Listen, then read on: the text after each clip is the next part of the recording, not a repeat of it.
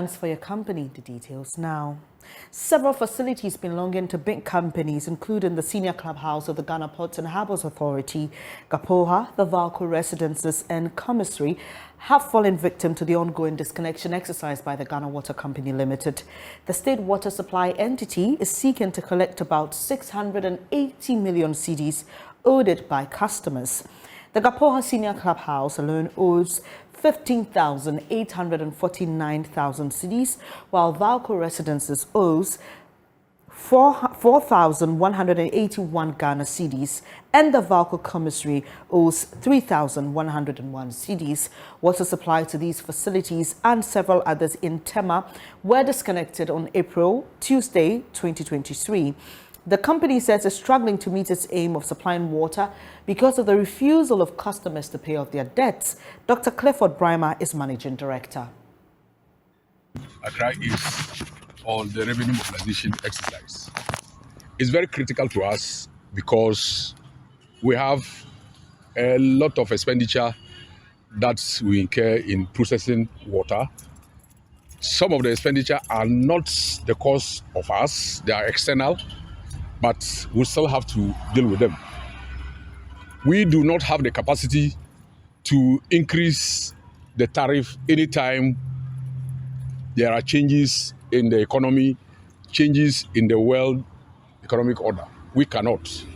We have a regulator. You requested for salary adjustment, and we cannot meet your request because the money is limited. And I challenge you the day I address you that when we bring in the money, we will renegotiate the values. And that's why we are here today. Let each of us get to the field and perform what we are supposed to do. We should not be thinking for the customer. Let the customer think for themselves.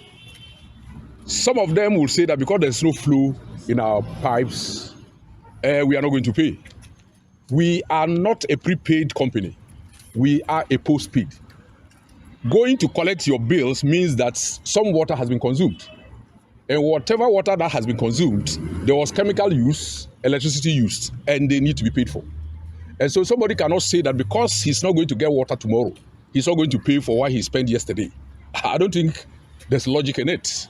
And we must not give the customers that opportunity to use that as a basis not to pay.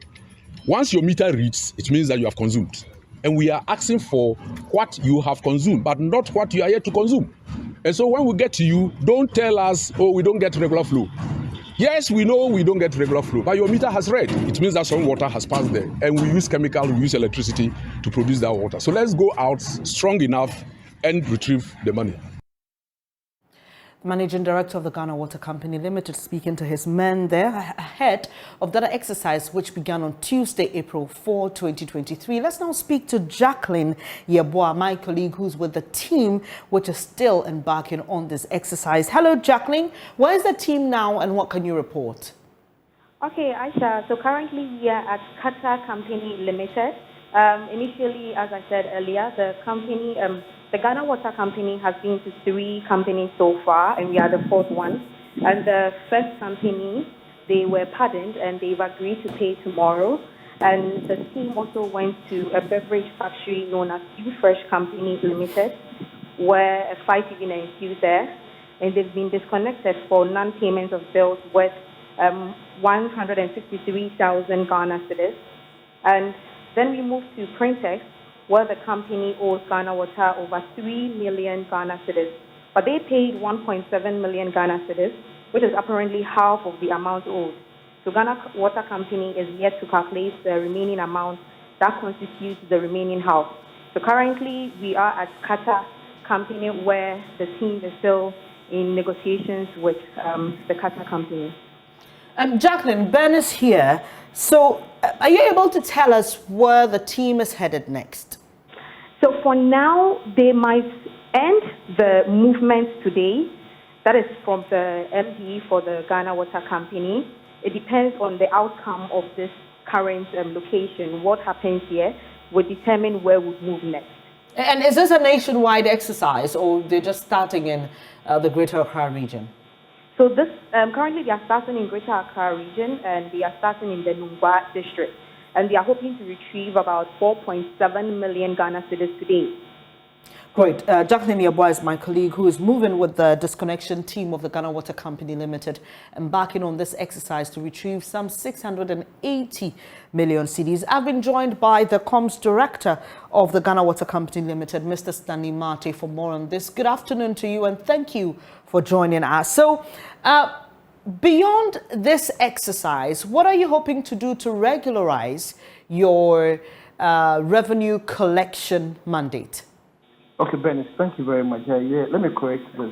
One is a nationwide exercise, but currently we are, all of us are out, all staff are out to collect, but the media team is just with the managing director in one of the districts in Accra. But all other districts, all other regions are also embarking on the same program, going around collecting all our arrears. Now, the 4.7 million is only for the district where we find ourselves now. But nationwide, we are being owed some 800 million Ghana cedis, and then this operation is supposed to collect all our arrears, and so we are not ending until we have collected almost everything from our customers. We need the money to improve on our operations. So anything less our arrears will have a very direct impact on the company benefit. And so far we've seen that you've been to institutions and companies. Are you going to visit residences? Yes. So because the team is with the managing director going on industry, that is what we are reporting on industry. Sorry, Mr. Mate, I can hardly hear you. Can you please speak up? So I'm saying that because the team is with the managing director, and we are going on the big industry, that is why that one is being reported. But there are other teams that are going on to the private homes, domestic customers, and all kinds of areas. Sorry, Mr. Mate, I'm losing you. I just lost the last bit of what you said. Can you please repeat yourself? Okay. So I'm saying that because the media team is with the managing director, and the mandate for the managing director for this operation is on the big industry, and that is why we are reporting on the big industry. But we have other teams who are visiting the domestic areas, and then also collecting arrears just like everybody. So the entire company is out, and we are collecting all our arrears. You know something? From January till now, our arrears situation has ballooned by almost 60%, and which is the cost for this alarm, which have been necessitated that we all go on the ground and collect our money. And finally, from me, Mr. Mate, this 800 million cedis you say you're owed across the country, will that, when retrieved in its entirety, give you that needed resource you need, or the needed resources you need to be able to deliver to the best of your ability as you've always wanted to? Yes, it will help us do better, okay, because we've always said that the tariff is not cost reflective. It is not up to our cost of production, but we need the little money that has been given to us so that we can improve on our operations. So we need to collect. Other than that, it will bring Ghana Water Company Limited to a halt, and so we need to collect. But we are not saying that after collecting all 800 million cedis, we're going to serve Ghanaians extraordinarily. Yes, our services will be improved, but it doesn't mean that we are going to do this thing. It doesn't mean that it's going to be... This is not going to be the magic wand. Exactly. Right. Thank you for your time this afternoon. Director of Communications at the Ghana Water Company Limited, Stanley Mate there. Away from that, 1,000 men from the Special Forces have been deployed to Bawku in the Upper East region, where 3 immigration officers were shot, resulted in the death of one by gunmen while they were getting food in front of a police station. Their presence is to boost security and lend support to investigations in capturing the killers. The regional minister, Stephen Yakubu, who dismissed an intelligence failure as the cause of the incident tells Joy News much is being done to avert another incident. We'll hear from him shortly, but first, here's Regional Immigration PRO, Deputy Superintendent Martin Tiose-Soye, who says even though their camp is hurt by the incident, they are unfazed in the discharge of their duty. The very people that we are mandated to protect and protect their property rather see us as enemies or whatever, to the extent that their activities could threaten our lives. Eric, for instance, his case is serious, so he has been transferred to Tamale Teaching Hospital. Lawrence, Assistant Inspector Lawrence Afare, is at the Bawku Presbyterian Hospital. And the deceased, the body is also at the mortuary. They are not minor injuries. They are life-threatening. Lawrence's own is a bit manageable, but for Eric, his own is critical. Scared there, we are not scared because it's our mandate, but we become more strategic in performing our daily or our routine duties, both day and night. Personnel will cover each other's back. There won't be a single movement of personnel, maybe 2 groups, 3 groups, unlike these ones who were in their car going to buy food and they were shot at. In a subsequent statement released by the Ghana Immigration Service, it says a high-powered delegation is expected to visit the camp of the Immigration Service in the Upper East region soon. Meanwhile, the Regional Minister Stephen Yakubu says government has already deployed about 1,000 men from the Special Forces to help with investigations and boost security. He spoke earlier on the AM show. Recently, it's very unfortunate. In fact, it's something that usually doesn't happen in Bawku. I'm talking of innocent government workers, being killed. It's very rare usually.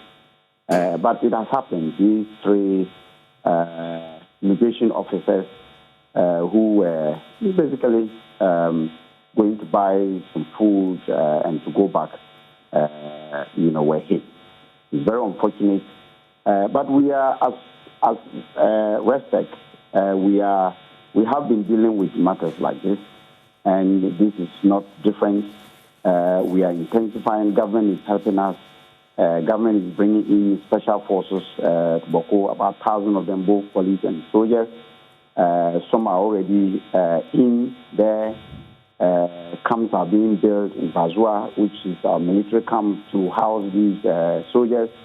And a lot of security things that we are doing that I don't want to mention it on this radio. But just to intervene briefly, my apologies. The military to also intensify their patrols also. And also civil society and also individuals particularly to also, if they have any information at all, to let us know. But so far, we have not arrested anyone yet, and we are working seriously on that. Still in Bawku, lecturer at the Kofi Annan Peacekeeping Training Center, Dr. Victor Dokes, has indicated a major headway in dealing with the tensions in Bawku is to disarm residents. It just borders around unresolved issues. Apart from the grievances the suicides have presented or have expressed, there are individuals who have felt that they have not gotten justice.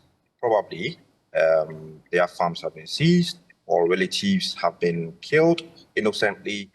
These minor issues and factors contribute to the changing dynamics with regards to Bawku in general and the conflict itself. Now, when you look at the problems that the sites have presented, from go, it makes the whole thing protracted. Now it's a pull and push thing. Who takes what has become the problem now? So the matter is, as of now, we look at how we can prevent the proliferation of arms in Bawku. This is a bigger issue now, because then you ask yourself, the issue dies down, then it resonates again. When you have weapons in the system, when you have youths purchasing these weapons, illegal weapons, you cannot have a situation resolved. And more so when people are aggrieved. and their issues have not been addressed, you are bound to have these repetitive clashes, and innocent lives will be roped in, such as what we just experienced with regards to the immigration officers. So we need to look at the bigger picture of how to prevent proliferation of arms. When you look at the northern part of Ghana itself, the rate of illegal arms in that region is high. Let's now concentrate on how to get these arms out of the system.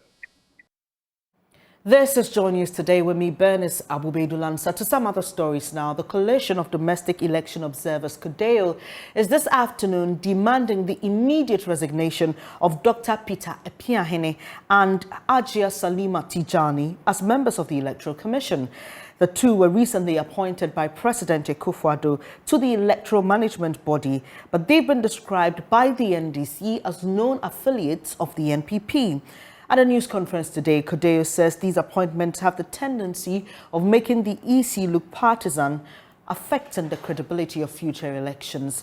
Dr. Fred Degbe read the address on behalf of CODEO. We are painfully aware that voluntary and constitutionally grounded revocation of these unfortunate and democratically problematic EC appointments by the President is extremely unlikely. However, nothing stops the affected appointees, namely Dr. Peter Epiahene and Hajia Salima Ahmed Tijani, from voluntarily and honorably resigning from membership of the EC. This will be in the supreme interest of our country's continued democratic progress, election peace and credibility, and indeed the overall national interest. While both Dr. Epiahene and Madam Salima Ahmed Tijani meet the generic benchmark qualification stipulated under Article 44(1), that is the same qualification one must satisfy to be a member of Parliament, we believe strongly that, having regard to the independent and non-partisan nature of our Electoral Commission and its mandate, the spirit of the Constitution demands far more in the way of one's suitability to be a member of the EC. We accordingly call on Dr. Peter Epiahene and Hajia Salima Ahmed Tijani to do the honorable thing and resign.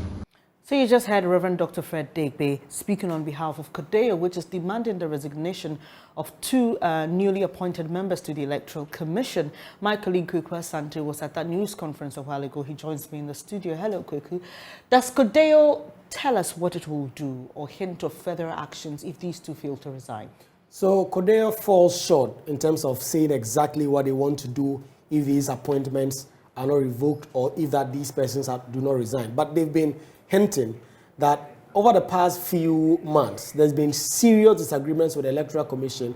Serious questions have been raised as to the credibility of Ghana's Electoral Commission and how their ability to deliver free and fair elections. They say that without the necessary action to take out these persons, the credibility of future elections will be affected. So whilst they are not going to go on the streets and do demonstrations, they are warning that the credibility and the trust that the political parties have in these elections will be seriously challenged. Has CODEO independently verified these allegations that have been thrown into the media space, especially by the opposition NDC? Indeed, it appears CODEO have done some research of their own, and they have the profiles of these persons. They talk, for instance, about Dr. Epiahene. Since his announcement, his social media postings has revealed that Dr. Epiahene is an activist of the New Patriotic Party in the Bunu region.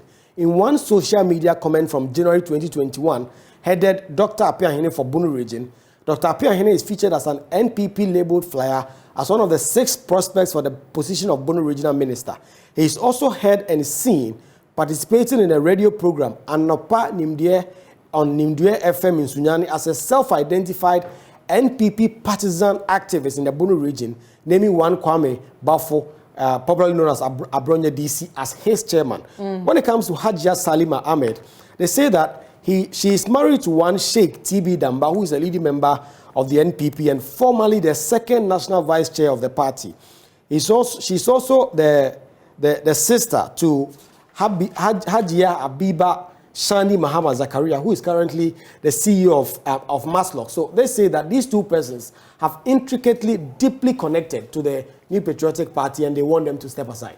Thank you very much, Sante. Hopefully we'll be able to get reactions from these two persons who've been asked to resign by Kadeo. Let's do some other stories now.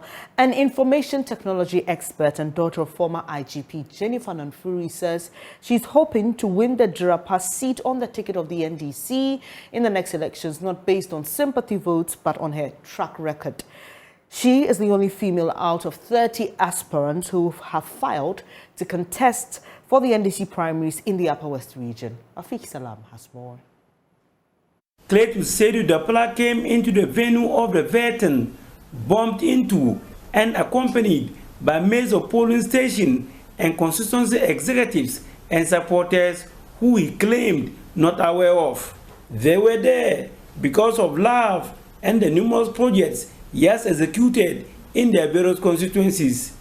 My people believe so much in me, and they think that I shouldn't come here alone. That is why you see them. They voluntarily came from Jirapa to support me. I arrived from Accra last night, so I didn't even step foot in Jirapa. In fact, I was trying to hide, just to sneak in and do my vetting and move away. Little did I know that they were also mobilizing in their numbers to come and support me. So that's why they are here. He recounted, in brief, some projects undertaken in his 2-year stint in Parliament. I give some support to students, brilliant but needy students, to pay their fees. And I think I did over 300 of them. I've been able to support over 300 of them. The minimum amount I've given to any student is 1,000 cedis. Some 2,000, 3,000, 4,000, 5,000, depending on the amount that the student is supposed to pay. So that's one of the areas that I do so much in. In terms of health, I've been able to do a clinic at Bazoo, support motorbikes for the district health administration and all of that. And even still in education, I supported with textbooks. I donated over 6,000 textbooks to primary and junior high schools, furniture and all of that. So I'm doing a lot. And in terms of social intervention, my people can testify that I have been in touch with them. I've been supporting. Clayton Sedu Dapala came into the political limelight when he became the Jiriba Constituency Secretary of the National Democratic Congress, NDC, and later District Chief Executive for then Jiriba District. He is of the firm belief that the delegates of the party will vote on May 13 to retain him as the party's parliamentary candidate in the constituency. Honestly, I've been in this game for some time. You know me very well, and you know that I've started my politics from far. I've been secretary, constituency secretary, I've been district chief executive. God willing, I'm the member of parliament. I shouldn't be afraid of a contest. I have always cherished a contest. It is the only way that we can entrench our democracy. Standing in between that second-term victory in the parliamentary primary is the daughter of former Inspector General of the Ghana Police Service and late Paramount Chief of the Jiriba Traditional Area, Peter Tegenaban Namfuri. Jennifer Tegenaban Namfuri identifies some loopholes in the party. I know that the roles that women play in politics is very vital. You take your mother, for instance, for example, there's nothing that your mother can get done for you. Women are more soft-hearted, they listen, and they pay attention and make sure that needs are met to their people. So therefore, I have decided to get into this race for Jirapa constituency.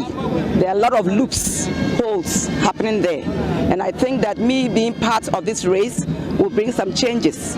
Jennifer Namfuri is the only female among the 30 aspirants that has filed to contest for the parliamentary primaries in the Upper West region. The information technology expert says she's not in the race for sympathy votes because of her late father, but has on her own worked for the party and deserved a resounding victory. When you talk about NDC in Upper West, you cannot talk about NDC without mentioning my late father's name. Okay, you take Upper West, you take Jirapa specifically. He has played various roles. So I have played roles in the party. So it's not because of sympathy. I started doing this 2 years ago. I started playing, coming home, talking to delegates, talking to the people to understand what their needs are. So it's not that I just woke up, immediately my father died, I said I'm jumping into the race. No, this is a long-term thing that I started before this happened. The third name that will be on the ballot paper on May 13th will be Bright Salia, who is contesting for the first time in the parliamentary primary. Reporting for Joy News, Rafik Salam.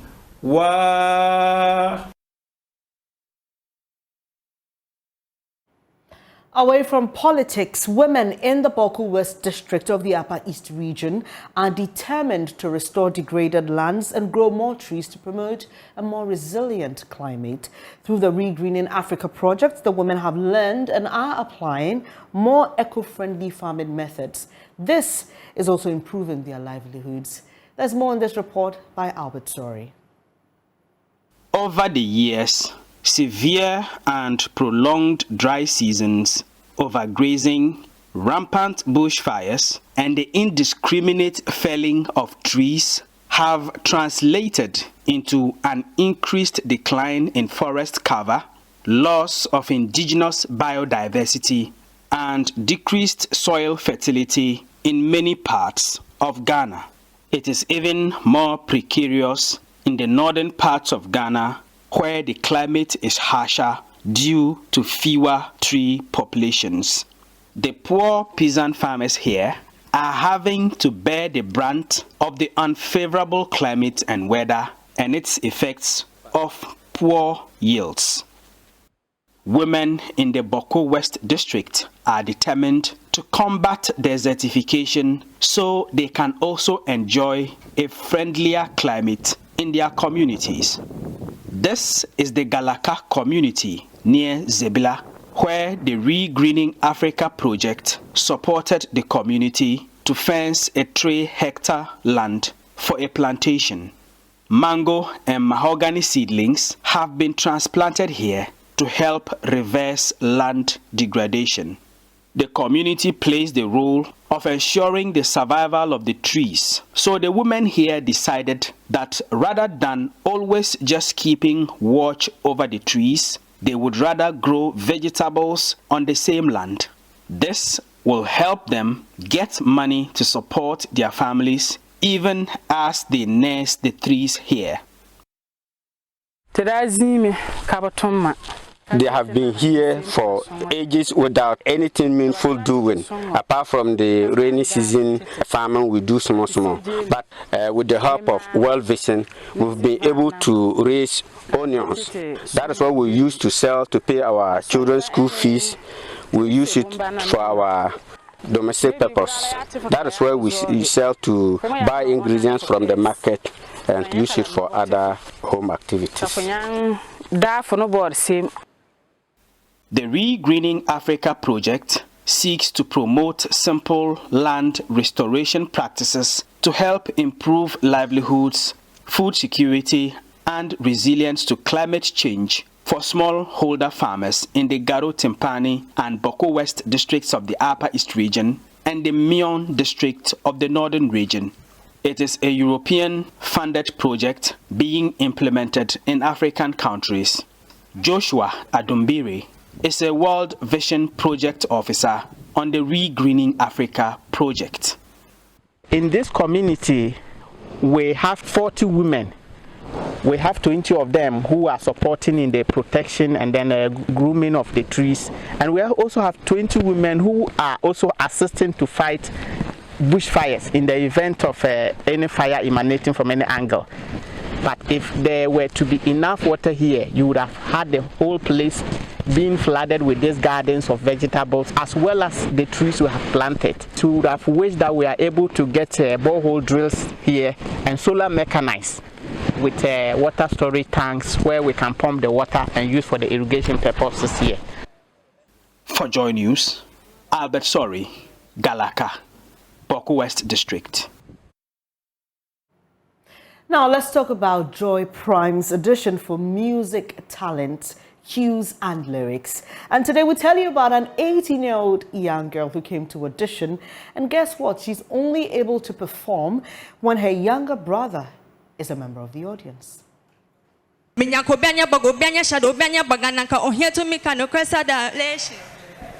Oh, what happened? What happened? It be like that. What happened? Why are you tensed? There's tension there. Her stage name is Moon Girl, and just like the moon sources light from the sun, Moon Girl is energized by her younger brother. I came with my brother. You came with your brother? Yeah. You want him to join you on stage? Yes, please. What, is it a collaborative effort? No. When I see him, I feel inspired. When you see him, you feel inspired. Wow. It's good to know your sister has an inspiration. You know, a confidence. Her audition on a thin line. She has one last chance to convince the judges. Amen, amen. Seminya udia mire. Oh Yehovah. Amen, amen. Amen, amen. Okay. Seminya sika manimbo miso papa. Okay, thank you. David, you just watch your sister perform. What do you think? I think good. It's good. Well, I think she's good too. She's good too. You have potential. I think I would like to see again tomorrow. Yes, she has natural talent that is ready to radiate. Moon Girl is through to the final stage of the audition for cues and lyrics. Cues and lyrics. Bring on the music. Well, there's more on cues and lyrics here. It's important that we all get someone to inspire as well. We'll take a quick breather now. When we come back, we've got business news updates. Do stay for that.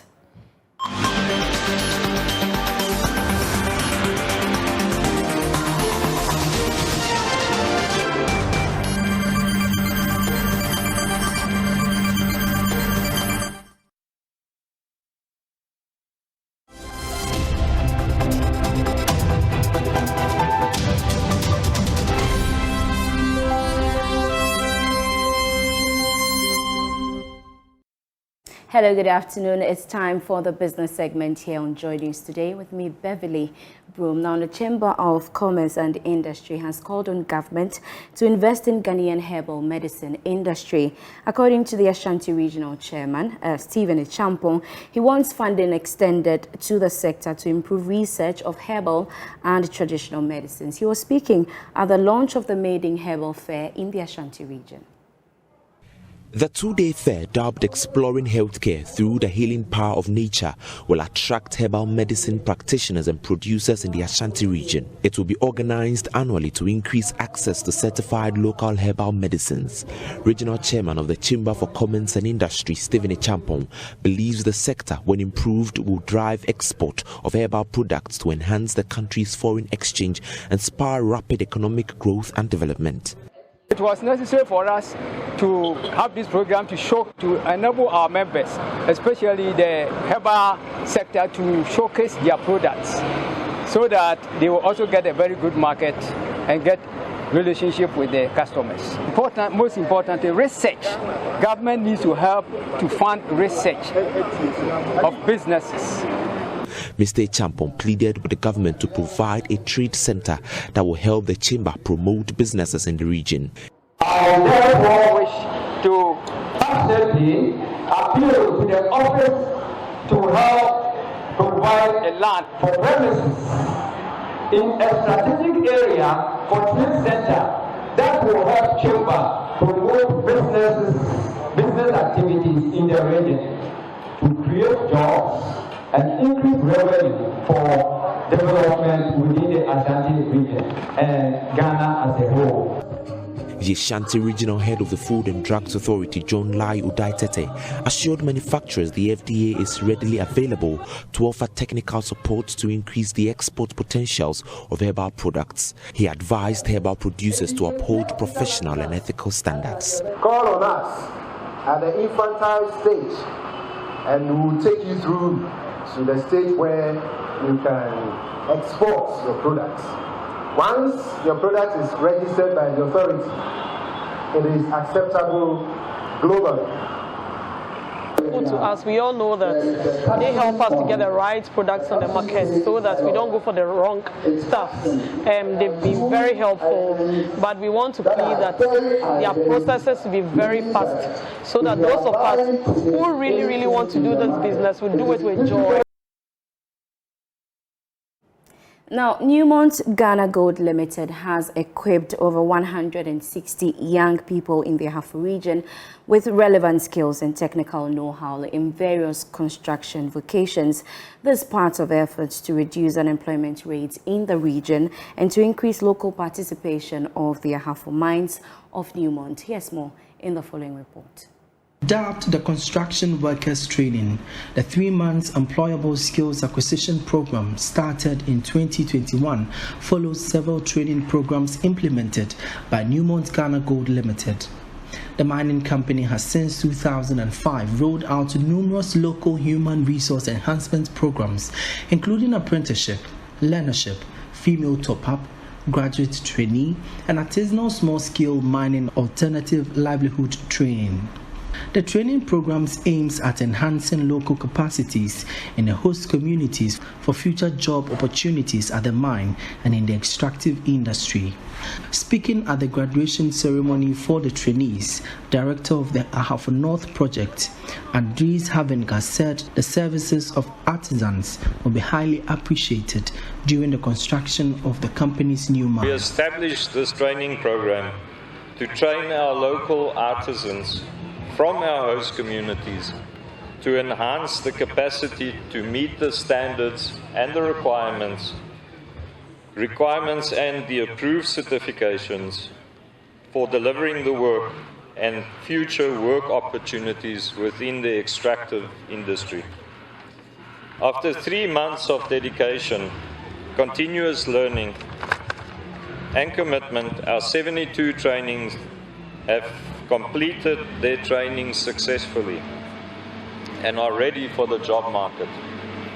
It's our hope that when the Ahafo North project begins construction, we will source skills from these graduates and graduates who are well trained and equipped to support our project.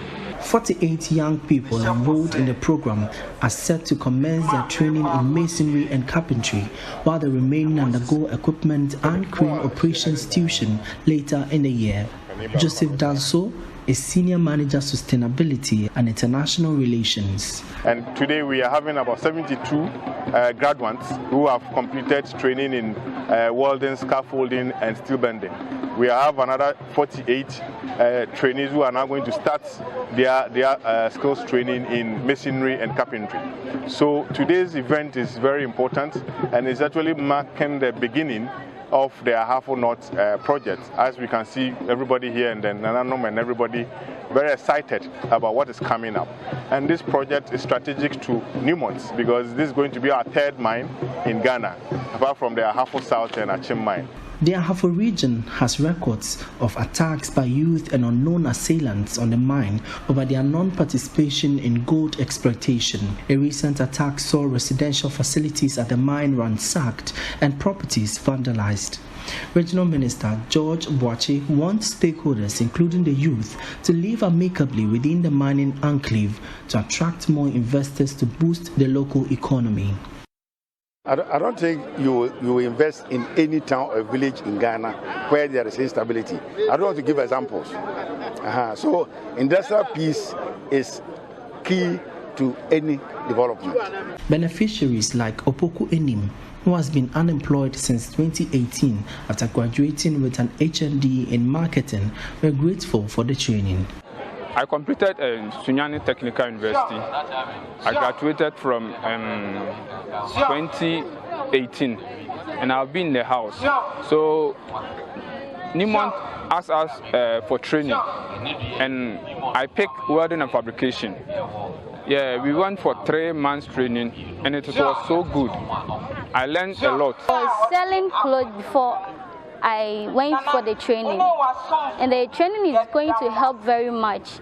When we went, we were confused, but as time goes on, everything was perfect, and I think it's going to help a lot. And I'd like to thank the Newmont for giving us such an opportunity. We are very grateful for that. For Joy News, my name is Emmanuel Bright Kweku, Ahafo Region.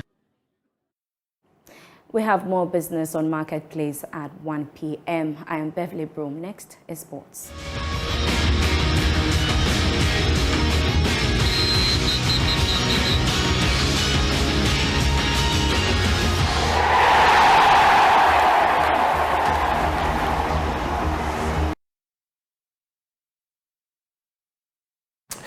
We've started Abdullah here with sports on Joy News today. President of the country, Nana Akufo-Addo, says his government is committed to constructing sports facilities that will aid the development of young sporting talents in the country.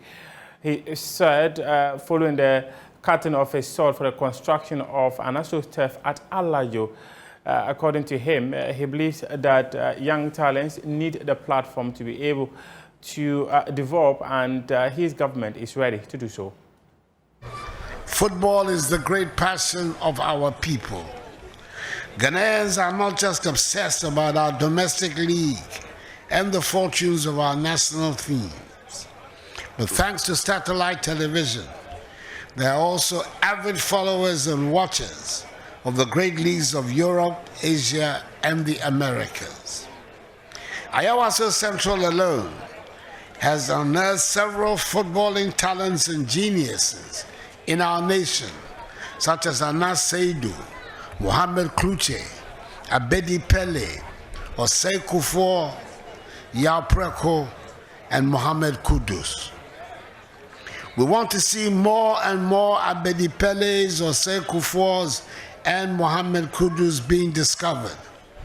And that is why the development of sporting infrastructure around the country is crucial to this end. I'm delighted that under my administration, many of such sports facilities have been constructed across our nation. Since we assumed office in 2017, IPEP alone has been responsible for the construction of 68 AstroTurf pitches.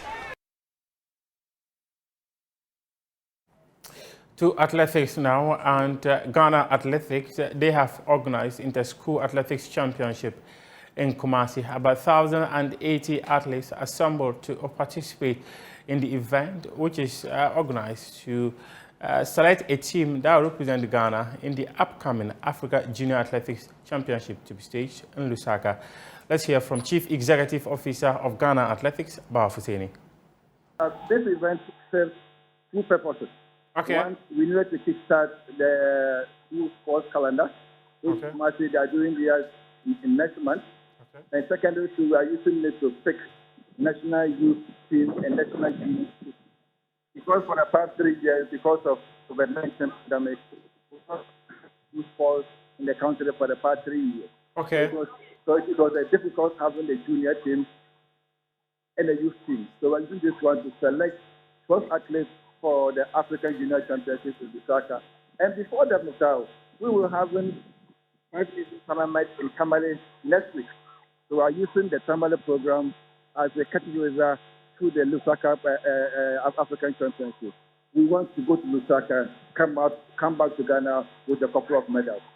Have you seen some potential so far? So far, the potentials are apparent here. I've seen 2 incredible athletes doing 400 meters. I can tell you 1 athlete from Amas and 1 athlete from CAF. If we give these 2 athletes a chance, if we come them for the next 6 months, I'm telling you, Mustao, this athlete will take a medal during the African Games. So after a year, we'll do the selection of the 12 athletes. But these 2 athletes will receive such a recommendation from the association to the ministry and LOC in particular, so that together we'll put our heads together to see how we can help these 2 incredible, talented athletes for coming, training them for the African Games, not only for the not only for the African Games, African Championship in Lusaka, but for the future purposes in Ghana. These two athletes, if we give them opportunities for at least 6 months campaign, they are going to be very, very good athletes.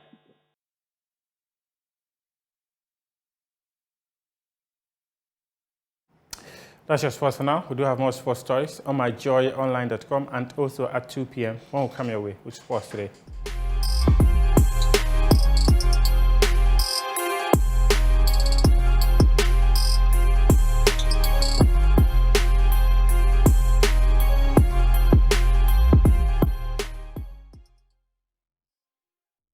Good afternoon, welcome to Showbiz here on Journey. Today in our stories this afternoon, actor Van Veka is urging the youth to take their education serious and also pay close attention to their extra skills. Speaking at a lecture at UPSA Department of Communication, the actor stressed the need and importance of academia and talent in today's society. All of us cannot be academicians. It's not possible. We all cannot finish level 400 and do our MA and perhaps do MPhil and then become a doctor. It's not possible. We must all do different things and acquire different skills and different knowledge in a variety of areas. Why should an individual take additional skills or enlightenment or education more seriously, as in anyone? And that is because it helps your person. It gives you extra confidence of your capabilities. Depending on your potential and your interest, you want to augment yourself, your person, because it gives you that extra notch, or it gives you extra leverage to things that perhaps your colleagues may not have. And that is what every person needs. Identify your potential first and your interest, or vice versa, and then decide to upgrade yourself. It's critical. Well, on that note, we end Showbiz here on Joy News Today. There's more Showbiz news in our subsequent bulletins. Good afternoon to you, Bernice. Right, Becky, thank you so much. And thank you for joining us on this edition of News Today. There's more news when you log on to myjoyonline.com. Kindly stay with us here on Joy News Today. Up next is the Marketplace with Darryl Carl.